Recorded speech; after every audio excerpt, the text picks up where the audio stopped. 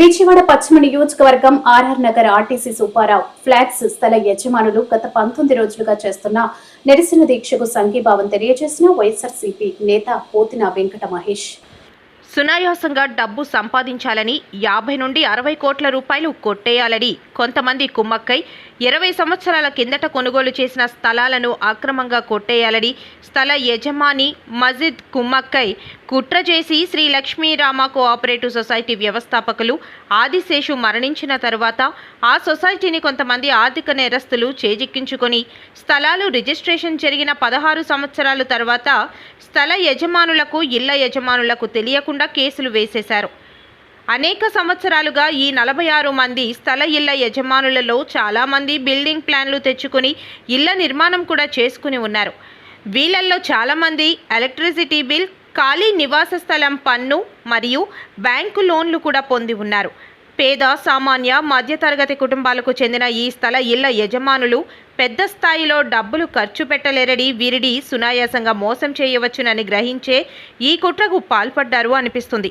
వీరికి మా శక్తి వంచన లేకుండా ఖచ్చితంగా అండగా నిలబడతాం. గత 19 రోజులుగా ఆర్ఆర్ నగర్లో ఆర్టీసీ సుబ్బారావు అనే దగ్గర ప్లాట్లు వేశారు. ఇక్కడ సుమారు 46 మందికి పైగా ప్లాట్ యజమానులు అంటా ఉన్నారు. కానీ వాళ్ళు ఇప్పటికే గత 10 సంవత్సరాలకు ముందు నుంచి ఇళ్ల నిర్మాణం పూర్తి చేసుకుని ఉన్నారు. ప్లాన్లు తెచ్చుకున్నారు, కరెంటు బిల్లులు కట్టారు, మున్సిపల్ ట్యాక్సెస్ కట్టారు, వెకెంట్ ల్యాండ్ ట్యాక్స్ కట్టారు.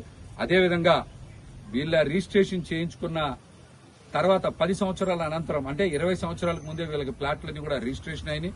మరి ఇళ్ల నిర్మాణం చేసుకోవడానికి కూడా వీళ్ళు గత 9-10 సంవత్సరాల కిందటే బ్యాంక్ నుంచి కూడా లోన్స్ తెచ్చుకొని మరి ఇక్కడ శాశ్వత ప్రాతిపదికన వీళ్ళందరూ కూడా ఇళ్ల నిర్మాణం చేసుకున్నారు. కానీ కొంతమంది దురుద్దేశంతో మజీద్ అనేటువంటి వ్యక్తి దగ్గర నుంచి శ్రీ లక్ష్మీనారాయణ కోఆపరేటివ్ సొసైటీ అది అగ్రిమెంట్ చేసుకున్నారని, ఆ అగ్రిమెంట్ ద్వారా ఈ వ్యవసాయ భూమి కింద వాళ్ళకేదో ఇది మాకు వచ్చిందని ఈ ప్లాట్ ఓనర్స్ ని, ఈ స్థల యజమానుల్ని, ఇక్కడ ఇళ్ల నిర్మాణం చేసుకున్న వాళ్ళందరినీ కూడా మోసం చేయాలని మజీద్ తో కొంతమంది కుట్ర కోణంలో కుట్ర చేసి వీళ్ళందరినీ కూడా మోసం చేసేటువంటి ప్రయత్నం చేస్తూ ఉన్నారు.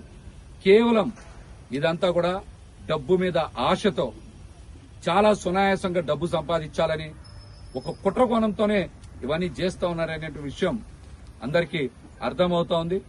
న్యాయస్థానాల్లో వీళ్ళు పేద సామాన్య వర్గాలకు చెందినటువంటి వాళ్ళు కాబట్టి 14 ఏళ్ల తర్వాత ఈ కేసు ఉందని తెలిసినప్పుడు ఏం చేయాలో సరిగ్గా తెలియక న్యాయస్థానాల్ని సకాలంలో ఆశ్రయించలేక ఇబ్బందులు పడుతున్న మాట వాస్తవం. కోర్టులకు కూడా ఆధారాలు ఎవరైతే మరి ఆ రోజున్న పరిస్థితులు బట్టి కొన్ని జడ్జిమెంట్లు ఇవ్వడం అనేది జరుగుతుంది. కానీ వాస్తవ పరిస్థితులు అందుకు భిన్నంగా ఉన్నాయి.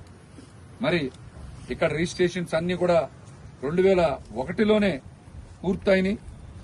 మరి వీళ్ళకి నోటీసులేమో 2017లో వచ్చాయి. దాదాపు 16 సంవత్సరాల తర్వాత నోటీసులు వచ్చినాయి. ఇవన్నీ కూడా కుట్ర కోణంతోనే చేశారనే విషయం మనందరికి కూడా చాలా స్పష్టంగా అర్థమవుతోంది. లక్ష్మీనారాయణ కోఆపరేటివ్ సొసైటీని కూడా ఆదిశేషు అనేటువంటి వ్యక్తి దీన్ని స్థాపించారు. ఆయన 2008లోనే చనిపోయారు. కానీ ఆ తర్వాత కొంతమంది వ్యక్తులు దురుద్దేశంతో చాలా సునాయాసంగా డబ్బు సంపాదించాలని, ప్రజల భూముల్ని కొట్టేయాలని, వాళ్ళని నిరాశ్రయులు చేయాలని సంబంధం లేనటువంటి వ్యక్తులు ఈ లక్ష్మీనారాయణ కోఆపరేటివ్ సొసైటీలో చేరి వాళ్ళేదో ఇంతకుముందు ఏదో ప్లాట్లు ఇప్పించేవాళ్ళలాగా, అసలు ఇళ్ల స్థలాలు లేని వాళ్ళకి వీళ్ళేదో ఇల్లు ఇప్పించేవాళ్ళలాగా బోగస్ గా వీళ్ళందరూ ఇళ్ల స్థలాలు కొట్టేసేటువంటి వాళ్ళు, ప్రజల్ని మాయ చేసేటువంటి వాళ్ళు, చిట్స్ ఫైనాన్స్ మోసం చేసే లక్షలు ఎగ్గొట్టేసినటువంటి మీలాంటి బోగస్ గాళ్లు ఈ సొసైటీలు పెడతారా? భూములు లేనటువంటి వాళ్ళకి ఇళ్ల లేనటువంటి ఇల్లు ఇప్పిస్తారా? ఈ బోగస్ ఎదవలు చేసేటువంటి పనులకి పేద సామాన్య వర్గాలు మోసపోవాలా, బలైపోవాలా? ఏదో తాత్కాలికంగా మీకేదో ఊరట వచ్చిందని ఎగిరెగిరి పడుతూ ఉన్నారేమో. దీన్ని ఎలా అడ్డుకోవాలో, ఎలా న్యాయం చేయాలో, ఈ పేద సామాన్య మధ్య తరగతి ప్రజల తరపున ఎలా అండగా నిలవాలో మేము కూడా ఖచ్చితంగా అవన్నీ కూడా ఆలోచన చేస్తాం. కొంతమంది రౌడీల్ని గూండాల్ని తీసుకొచ్చి గూండాయిజం చేస్తే ఊరుకునే పని లేదు. ధీటుగా మీరు కూడా సమాధానం చెప్పండి. మేము కూడా అందుబాటులో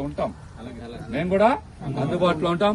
ఈ గూండాగిరి రౌడీగిరి చేస్తే ఊరుకునే పని లేదు. ఏ పార్టీ మారినా మీరే ఉండి మీరే మాయ చేసి మీరే డబ్బులు కొట్టేసి మీరే మాయ చేసి మీరే బాగుపడాలంటే ఒక్కొక్కటి సంగతి చూస్తాం. టైం ఇవాళ మీకు కలిసి రావచ్చేమో 4 రోజులు. తప్పనిసరిగా దీని మీద నిలబడతాం. మీరు కూడా నిలబడండి. ఎంతవరకైనా నిలబడండి. ఎదిరించండి. ఏంటి ఎదిరించండి.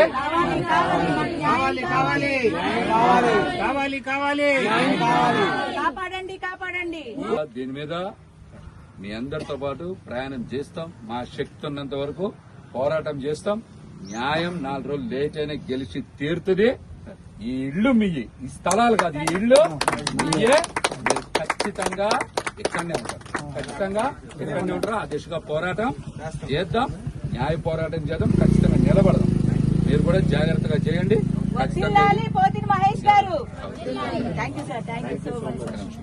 దీని మీద అన్ని కూడా మనం చేయగలిగే